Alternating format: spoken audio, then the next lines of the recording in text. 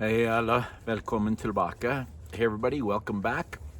I am sorry I have slacked big time on YouTube in the last couple of months. Been super busy, no excuse.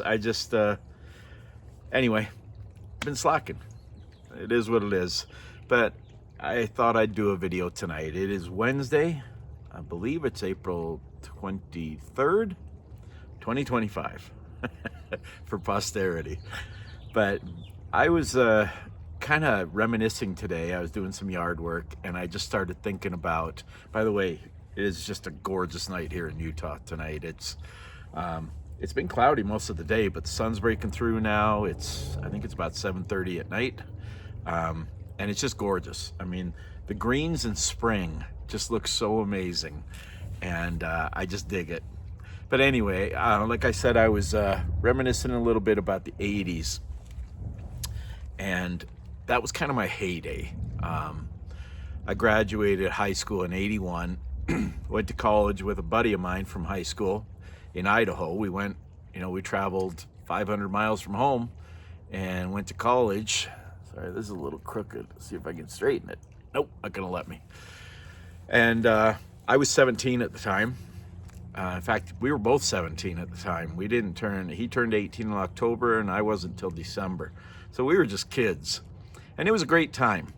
And then I took a break for a couple of years. So I've mentioned this before. In fact, I have a video a couple of years ago talking about growing up Mormon. I grew up Mormon. I've since left the church many, many years ago, like 25 years ago. Nothing but respect, but it's just not for me. But I did do a Mormon mission in 83, 84. I went for a year and a half. They're traditionally 2 years, but they changed it to a year and a half. And that's the only reason I went, because I couldn't handle the thought of 2 years.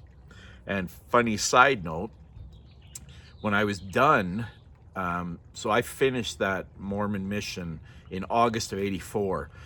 In the spring of 84, so back then, I don't know if it's still like this, but back then you had to go register in every town you lived in. And I lived in a lot of towns in Norway. I've lived all over Norway. And, excuse me, eventually it caught up with me. And being a Norwegian citizen, the army came calling, the Norwegian military. And I had to do a bunch of tests. And I eventually was told I had to report to Harstad, which is way up north, on September 2nd, I believe, of 1984. Well, I flew home from Norway on August 30th, 1984. So I never served in the Norwegian military.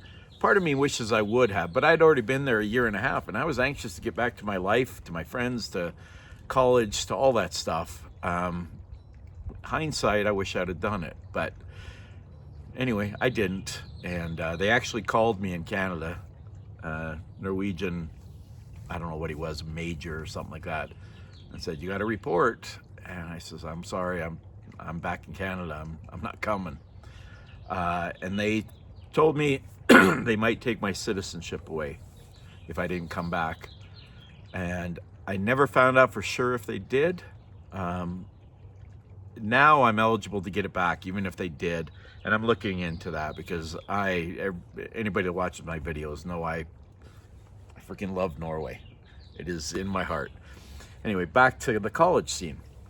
So after college, or after that Mormon mission thing, I went back to college in the winter of 85. So January of 85, I went back. And I just went by myself. So I didn't know anybody. I met some guys, some roommates, and they were cool, but it's not the same as going with your friends. After that, starting in 86 through 88, I always was living with buddies from back home. And that's when the fun started, specifically 87, 88. Now I worked, because I was from Canada, I had to work, I could not work, in the US. I could only work on campus, and I could only work 20 hours a week. And I believe the pay back then was either $360 or $380 an hour. So I was making, about $70 a week. It was probably about $65 a week take home after taxes. Luckily, I had prepaid my apartment, so that wasn't a concern. Sorry, I got a frog. But, you know, we just did inexpensive, cheap things. We were never worried about doing expensive things. If I needed a new pair of jeans, I went to Savers, which is a thrift store, or Deseret Industries, and I would find an old pair of 501s that was still in good shape and buy them for $4 or something.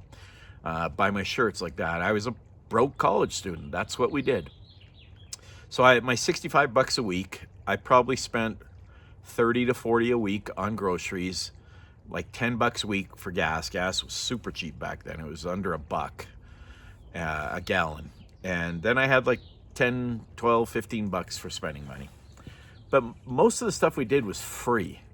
We did a ton of mountain biking around here, and I lived here back then too, and within about 20 miles of where I am right now. And there's some incredible mountain biking. We only lived 3 hours from Moab. We would go down to Moab as often as we could, and we were just hounds with those mountain bikes. We just had so much fun.